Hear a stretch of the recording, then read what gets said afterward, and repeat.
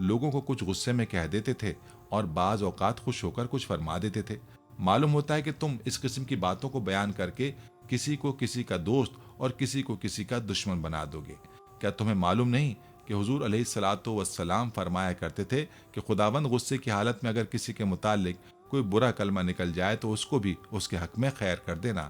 پھر ان سے کہا کہ تم اس قسم کی باتوں سے باز آ جاؤ، نہیں تو میں عمر رضی اللہ عنہ کو آگاہ کر دوں گا۔ چنانچہ وہ اسلام سے قبل عرصے تک نصرانی رہ چکے تھے، اس لیے مذہب عیسائی کے متعلق بھی کافی معلومات رکھتے تھے۔ حضرت ابو ہریرہ رضی اللہ عنہ فرماتے ہیں کہ سلمان رضی اللہ عنہ 2 کتابوں کا علم رکھتے تھے، کلام اللہ اور انجیل کا۔ مذہب عیسوی کے مسائل محض پادریوں کی زبانی نہیں سنے تھے بلکہ خود انجیل کا مطالعہ کیا تھا۔ چنانچہ ایک مرتبہ حضور علیہ الصلاۃ والسلام سے عرض کیا کہ میں نے تورات میں دیکھا کہ کھانے کے بعد وضو کرنے سے برکت ہوتی ہے۔ حضرت سلمان فارسی رضی اللہ عنہ صحابہ کرام رضوان اللہ علیہم اجمعین کے اس مخصوص زمرے میں تھے جس کو بارگاہ نبوی صلی اللہ علیہ وآلہ وسلم میں خاص تقرب حاصل تھا۔ مخصوص صحابہ کرام رضی اللہ علیہم اجمعین کے علاوہ وہ کم لوگ ایسے تھے جو بارگاہ نبوت صلی اللہ علیہ وآلہ وسلم کی پذیرائی میں حضرت سلمان فارسی رضی اللہ عنہ کی ہمسری کر سکتے ہوں۔ غزوہ خندق کے موقع پر جب مہاجرین اور انصار الحدہ جمع ہوئے تو مہاجرین کہتے تھے کہ سلمان رضی اللہ عنہ ہمارے زمرے میں ہیں، انصار کہتے تھے کہ ہماری جماعت میں ہیں۔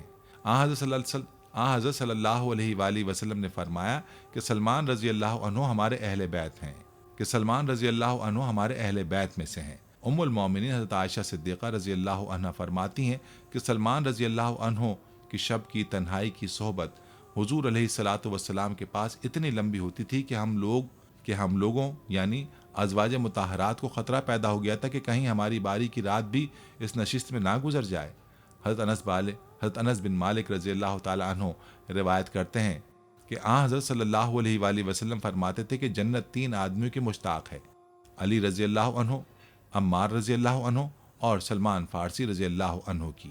آپ کے تقرب کی آخری مثال یہ ہے کہ ایک موقع پر حضور علیہ الصلاۃ والسلام حضرت ابوبکر صدیق رضی اللہ عنہ جیسے فدائی اسلام اور جلیل القدر صحابی رضی اللہ عنہ سے حضرت سلمان فارسی رضی اللہ عنہ اور ان کے بعض رفقا کے بارے میں رنجیدہ ہو گئے۔ اس کا واقعہ یہ ہے کہ ایک مرتبہ ابو سفیان رضی اللہ عنہ جو اس وقت ایمان نہیں لائے تھے، چند آدمیوں کے ساتھ حضرت سہیب رضی اللہ عنہ، حضرت بلال رضی اللہ عنہ اور حضرت سلمان فارسی رضی اللہ عنہ کے پاس سے گزرے۔ ان تینوں بزرگوں نے کہا کہ خدا کی کوئی تلوار خدا کے دشمن ابو سفیان کی گردن پر نہیں پڑی۔ حضرت ابوبکر صدیق رضی اللہ عنہ نے فرمایا، تم لوگ سردار قریش کے متعلق زبان سے ایسے کلمات نکالتے ہو، اور حضور علیہ الصلاۃ والسلام سے آ کر واقعہ بیان کیا۔ آپ نے فرمایا، تم نے ان لوگوں کو ناراض کر دیا، اگر تم نے ان لوگوں کو ناراض کیا تو گویا خدا کو ناراض کیا۔ حضرت ابوبکر صدیق رضی اللہ عنہ بہت نادم ہوئے اور آ کر ان بزرگوں سے معذرت کی۔ حضرت سلمان فارسی رضی اللہ تعالی عنہ میں مذہبی جذبے کی شدت فطری تھی۔ جس طرح آتش پرستی کے زمانے میں سخت آتش پرست اور نصرانیت کے زمانے میں سخت عابد و زاہد نصرانی تھے، اسی طرح مشرف با اسلام ہونے کے بعد اسلام کا مکمل ترین نمونہ بن گئے۔ ان کے اصل فضل و کمال کا میدان یہی ہے۔ ان کا زہد و ورع اس حد تک پہنچ گیا تھا جس کے بعد رہبانیت کی حد شروع ہوتی ہے، اور اس کی ادنا مثال یہ ہے کہ عمر بھر گھر نہیں بنایا، جہاں کہیں دیوار یا درخت کا سایہ ملتا پڑے رہتے۔ ایک شخص نے اجازت چاہی کہ میں آپ کے لیے مکان بنا دوں، فرمایا مجھ کو اس کی حاجت نہیں۔ وہ پہم اصرار کرتا رہا، یہ برابر انکار کرتے رہے۔ آخر میں اس نے کہا کہ آپ کی مرضی کے مطابق بناؤں گا۔ فرمایا وہ کیسا؟ عرض کیا کہ اتنا مختصر کہ کھڑے ہوں تو سر چھت سے مل جائے، اور اگر لیٹیں تو پیر دیواروں سے لگیں۔ فرمایا خیر، اس میں کوئی مذائقہ نہیں۔ چنانچہ اس نے ایک جھونپڑی بنا دی۔ اس زہد کا اثر زندگی کے ہر شعبے میں نمایاں تھا۔ خرافات دنیاوی کو کبھی پاس نہ آنے دیا۔ وفات کے وقت گھر کا پورا اثاثہ 20-22 درہم سے زیادہ نہ تھا۔ بستر میں معمولی سا بچھونا تھا اور 2 اینٹیں جن کا تکیہ بناتے تھے، اس پر بھی روتے تھے اور فرماتے، حضور علیہ الصلاۃ والسلام نے فرمایا کہ انسان کا ساز و سامان ایک مسافر سے زیادہ نہیں ہونا چاہیے، اور میرا یہ حال ہے۔ یہ حالت زندگی کے ہر دور میں قائم رہی۔ جب عمارت کے عہدے پر ممتاز تھے اس وقت بھی کوئی فرق نہ آیا۔ حسن بیان کرتے ہیں کہ سلمان رضی اللہ عنہ جب 5000 تنخواہ پاتے تھے اور 30,000 نفوس پر حکومت کرتے تھے، اس وقت بھی صرف ان کے پاس ایک ابا تھی جس میں لکڑیاں جمع کرتے تھے۔ اس کا آدھا حصہ بچھاتے اور آدھا اوڑھتے تھے۔ زہد و تقویٰ کا حال یہ تھا کہ خادم کو گوشت کی بوٹیاں گن کر دیا کرتے تھے کہ مبادا اس کی طرف سے کوئی سوء زن نہ پیدا ہو۔ ناظرین، اس سے یہ نہیں سمجھنا چاہیے کہ وہ اسلام کی تعلیم کے خلاف رہبانیت کی طرف مائل تھے۔ مذہبی تشدد کے ساتھ ساتھ دنیاوی حقوق کا بھی پورا لحاظ رکھتے تھے اور دوسروں کو بھی اس کی تلقین کرتے تھے۔ ان کے اسلامی بھائی حضرت ابو درداء رضی اللہ عنہ بڑے عابد و زاہد تھے، رات بھر نماز پڑھتے تھے اور دن بھر روزہ رکھتے تھے۔ حضرت سلمان فارسی رضی اللہ عنہ ان سے ملنے ان کے گھر جایا کرتے تھے۔ ایک مرتبہ حضرت ابو درداء رضی اللہ عنہ کی بیوی کو بہت خراب حالت میں دیکھا، پوچھا تم نے کیا صورت بنا رکھی ہے؟ انہوں نے کہا کس کے لیے بناؤ سنگھار کروں، تمہارے بھائی کو تو دنیا کی ضرورت باقی نہیں رہی ہے۔ حضرت ابو درداء رضی اللہ عنہ جب گھر آئے تو بڑے تپاک سے ملے اور کھانا منگوایا، مگر خود معذرت کی کہ میں روزے سے ہوں۔ فرمایا جب تک تم نہ کھاؤ گے میں نہ کھاؤں گا۔ پھر رات کو حضرت سلمان فارسی رضی اللہ تعالیٰ عنہ ان کے پاس ہی لیٹے اور ان کو دیکھتے رہے۔ جب وہ عبادت کو اٹھے تو روک کر فرمایا تم پر تمہارے رب، تمہاری آنکھ اور تمہاری بیوی کا سب کا حق ہے۔ روزوں کے ساتھ افطار اور شب بیداری کے ساتھ سونا بھی ضروری ہے۔ اس کے بعد دونوں نے یہ معاملہ حضور علیہ الصلاۃ والسلام کے پاس پیش کیا۔ آپ نے ابو درداء رضی اللہ عنہ کو مخاطب کر کے فرمایا سلمان رضی اللہ تم سے زیادہ مذہب کے واقف کار ہیں۔ ناظرین، حضرت سلمان فارسی رضی اللہ عنہ کی تصویر حیات میں تکلف کے آب و رنگ کے بجائے سادگی بہت غالب تھی، جو ہر زمانے میں یکساں قائم رہی۔ مدائن کی عمارت کے زمانے میں جبکہ شان و شوکت تمام لوازم ان کے لیے مہیا ہو سکتے تھے، اس وقت بھی ان کی سادگی میں کوئی فرق نہیں آیا۔ لباس میں ایک عبا اور معمولی سا جہانگیا اور ایک اونچا پاجامہ ہوتا تھا، چنانچہ ان کے سر کے بال گھنے اور کان لمبے لمبے تھے، اس لیے ان کی اس ایرانی حیت کو دیکھ کر لوگ گرگ آمد کہتے۔ ایک مرتبہ اس عمارت کے زمانے میں اس شان و شوکت سے نکلے کہ سواری میں بلا زین کا گدھا تھا، لباس میں ایک تنگ اور چھوٹی قمیص تھی جو سواری پر سے کسی وجہ سے اٹھ گئی تھی، جس سے گھٹنے بھی نہ چھپتے تھے، ٹانگیں کھلی ہوتی تھیں۔ لڑکے اس حیت قضائی میں دیکھ کر ان کے پیچھے لگ گئے۔ لوگوں نے طوفان بدتمیزی دیکھا تو ڈانٹ کر ان کو ہٹایا کہ امیر کا پیچھا کیوں کرتے ہو۔ ایک دستہ فوج کی سرداری سپرد ہوئی۔ فوجی عمارت کی شان و شوکت کا تو کیا ہی ذکر، یہاں معمولی سپاہی کی بھی وجہ نہ تھی، چنانچہ فوجی نوجوان دیکھ کر ہنستے اور کہتے کہ یہی امیر ہیں۔ حضرت ابو درداء رضی اللہ عنہ کی والدہ فرماتی ہیں کہ حضرت سلمان فارسی رضی اللہ عنہ ایک مرتبہ مدائن سے شام آئے۔ اس وقت وہاں کے گورنر تھے، مگر اپنی سادگی کی وجہ سے معمولی لباس اور ابتر حالت میں تھے۔ ان سے کہا گیا آپ نے اپنے آپ کو اس قدر ابتر کیوں بنائے رکھا ہے؟ آپ نے فرمایا آرام و راحت تو صرف آخرت کے لیے ہے۔ ابو قلابہ راوی ہیں، ایک شخص حضرت سلمان فارسی رضی اللہ عنہ کے ہاں گیا، دیکھا تو بیٹھے آٹا گوندھ رہے تھے، پوچھا خادم کہاں ہے، کہاں کام سے بھیجا ہے؟ مجھ کو یہ اچھا معلوم نہیں ہوتا کہ دو کاموں کا بار اس پر ڈالوں۔ ایک غیر معمولی سادگی کی وجہ سے لوگوں کو ان پر اکثر مزدور کا دھوکہ ہو جایا کرتا تھا۔ ایک مرتبہ ایک ابسی نے جانور کے لیے چارہ خریدا۔ حضرت سلمان فارسی رضی اللہ عنہ کھڑے تھے، ان سے کہا کہ اس کو گھر تک پہنچا دو۔ وہ اٹھا کر لے چلے۔ راستے میں لوگوں نے دیکھا اور کہنے لگے لائیے ہم پہنچا دیں۔ یہ حال دیکھ کر ابسی نے پوچھا یہ کون ہیں؟ لوگوں نے کہا حضور علیہ الصلاۃ والسلام کے صحابی ہیں۔ یہ سن کر وہ بہت نادم ہوا اور کہا کہ آپ تکلیف نہ کیجیے، آپ نے فرمایا سے مجھے نیت کا ثواب ملتا ہے، اب میں اس کو پہنچائے ہوئے بغیر نیچے نہیں رکھ سکتا۔ سبحان اللہ، کیا عظیم الشان کمالات! اس عظیم کردار و تقوی کے ساتھ ان کا 1400 برس بعد اپنی قبر مبارک میں بالکل صحیح حالت میں ہونا کوئی تعجب کی بات نہیں۔ اللہ پاک ان کی قبر مبارک پر اپنی کروڑوں رحمتیں نازل فرمائے، آمین ثم آمین۔ ناظرین، یہ تھی ہماری آج کی ویڈیو۔ ہم امید کرتے ہیں کہ آپ کو ہماری آج کی یہ ویڈیو ضرور پسند آئی ہوگی۔ اگر آپ کو ہماری آج کی یہ ویڈیو پسند آئی ہے تو آپ سے گزارش کرتے ہیں کہ آپ ہمارے چینل کو ضرور سبسکرائب کر لیں اور ساتھ ہی لگے بیل کے بٹن کو بھی پریس کر لیں تاکہ آپ کے پاس ہماری آنے والی مزید معلوماتی ویڈیوز کا نوٹیفیکیشن بر وقت ملتا رہے۔ سبسکرائب کے ساتھ ساتھ ہماری ویڈیوز کو لائک بھی کریں اور اپنی قیمتی رائے کا اظہار کمنٹس میں ضرور کریں۔ کمنٹس میں آپ اپنے سوالات بھی ہم تک پہنچا سکتے ہیں۔ اللہ تعالیٰ آپ کو اپنے حفظ و امان میں رکھے، آمین۔ آخر میں پیارے دوستو، ہر ویڈیو کے اختتام میں ہم نے ایک دعا کا سلسلہ شروع کیا ہوا ہے۔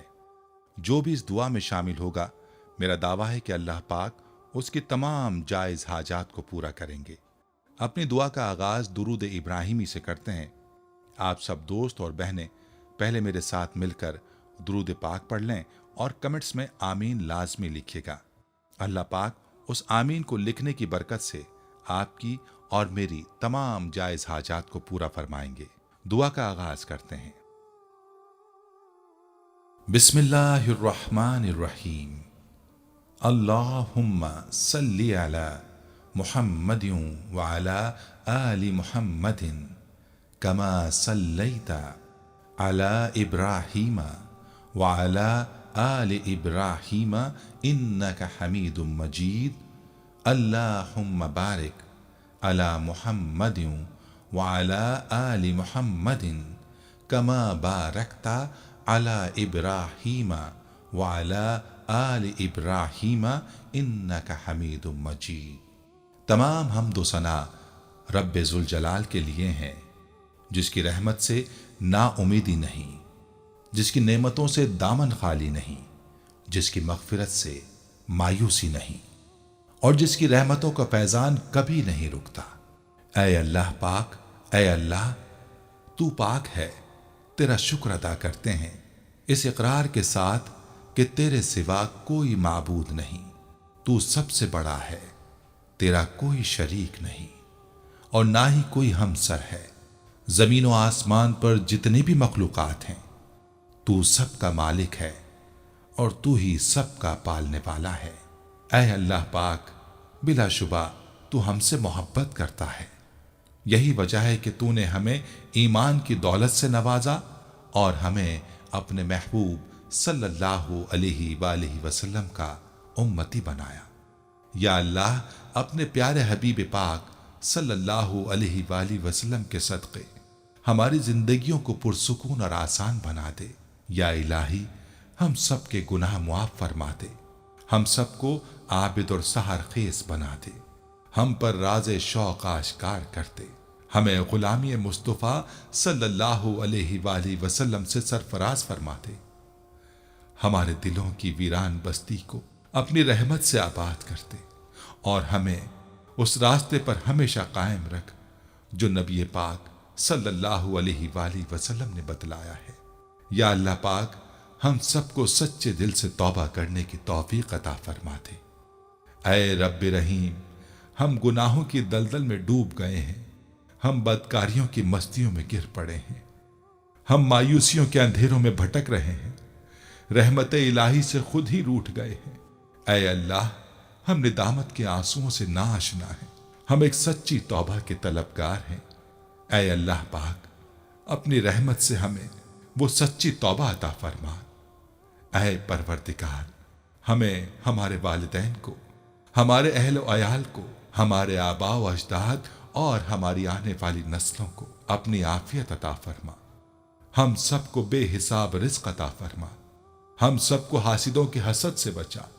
دونوں جہانوں کے مالک، جب ہم تھک جائیں تو ہمیں آرام پہنچانا، جب مشکلیں بھر جائیں تو آسانی بن جانا، جب ہم کمزور پڑ جائیں تو ہماری طاقت بن جانا، جب ہم دکھ اور تکلیف میں ہوں تو ہمارا مرہم بن جانا، جب ہم مایوس ہو جائیں تو ہمارا بھروسہ اور یقین بن جانا، جب ہم بھوک سے نڈھال ہو جائیں تو تیری یاد ہی ہماری غذا بن جائے، جب ہر طرف بے چینیاں بھر جائیں تو اے پاک پروردگار ہمارا سکون بن جانا، جب ہمارے اندر مایوسی کا اندھیرا بھرنے لگے تو امید کی روشنی بن جانا، جب ہر چیز ہمارے لیے ناممکن ہو جائے تو ہر چیز کو اپنے خاص فضل و کرم سے ممکن بنا دینا۔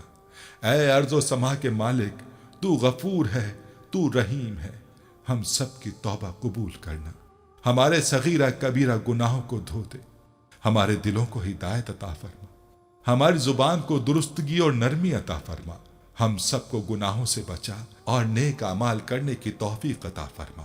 اے اللہ، جس طرح تو بارش برسا کر سوکھی زمین کی پیاس بجھاتا ہے، اسی طرح اپنی رحمت سے ہمارے دلوں کو بھی سیراب کر دے، بے شک تو بڑا مہربان اور نہایت رحم کرنے والا ہے۔ اے پروردگار، ہم سب کو ہر اس نعمت سے سرفراز فرما جس میں ہمارے لیے خیر و برکت ہو، عزت و وقار ہو، راحت و سکون ہو، صحت اور تندرستی ہو، ترقی ہو، خوشحالی ہو اور دنیا اور آخرت کی بھلائی ہو۔ اے ہمارے اللہ، ہماری زندگیوں کو محبت کا عنوان بنا دے کہ ہم سب سے زیادہ تجھ سے محبت کریں، تجھ کو فوقیت دیں، تیری عبادت کریں، تیرا حکم مانیں، تیرے بتائے ہوئے رستے پر چلتے رہیں، یہاں تک کہ ہماری زندگی تمام ہو جائے اور تو ہمیں اپنے نور سے ڈھانپ لے، وہ نور جو ہمارے سینے کو منور کرتے، وہ نور جو قبر کو روشن کرتے، وہ نور جو پل صراط پر روشنی بن جائے۔ اے ہمارے رب، ہم کو بھی ان خوش نصیبوں میں شامل فرما جن کی توبہ تو قبول کرتا ہے، جن کے گناہوں کو تو اپنے فضل و کرم اور رحمت سے نیکیوں میں تبدیل کرتا ہے۔